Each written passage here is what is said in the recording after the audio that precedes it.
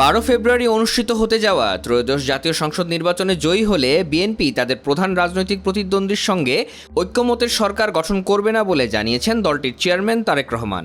6 ফেব্রুয়ারি বার্তা সংস্থা রয়টার্সকে দেওয়া এক সাক্ষাৎকারে এমন মন্তব্য করেন তিনি। নিজ দলীয় কার্যালয় থেকে দেওয়া ওই সাক্ষাৎকারে তারেক রহমান বলেন, আমি কিভাবে আমার রাজনৈতিক প্রতিপক্ষের সঙ্গে সরকার গঠন করব? তাহলে বিরোধী দলে কে থাকবে? আমি জানি না তারা কতটি আসন পাবে, তবে তারা যদি বিরোধী দলে থাকে আমি আশা করি তারা একটি ভালো বিরোধী দল হবে।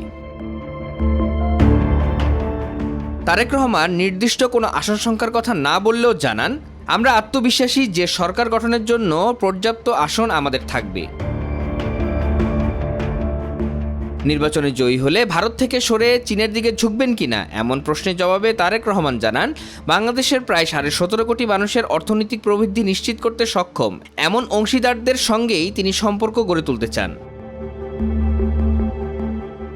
তিনি বলেন, আমরা যদি সরকারে থাকি আমাদের তরুণদের জন্য কর্মসংস্থানের ব্যবস্থা করতে হবে, দেশে ব্যবসা বাণিজ্য আনতে হবে যাতে চাকরির সুযোগ সৃষ্টি হয় এবং মানুষ ভালো জীবন পায়।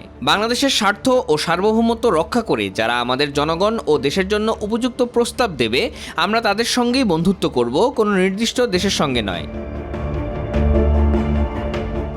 শেখ হাসিনার সন্তানরা বিদেশ থেকে ফিরে রাজনীতি করতে পারবেন কিনা এমন প্রশ্নে তারেক রহমান বলেন, জনগণ যদি কাউকে গ্রহণ করে, জনগণ যদি স্বাগত জানায়, তাহলে রাজনীতি করার অধিকার সবারই আছে।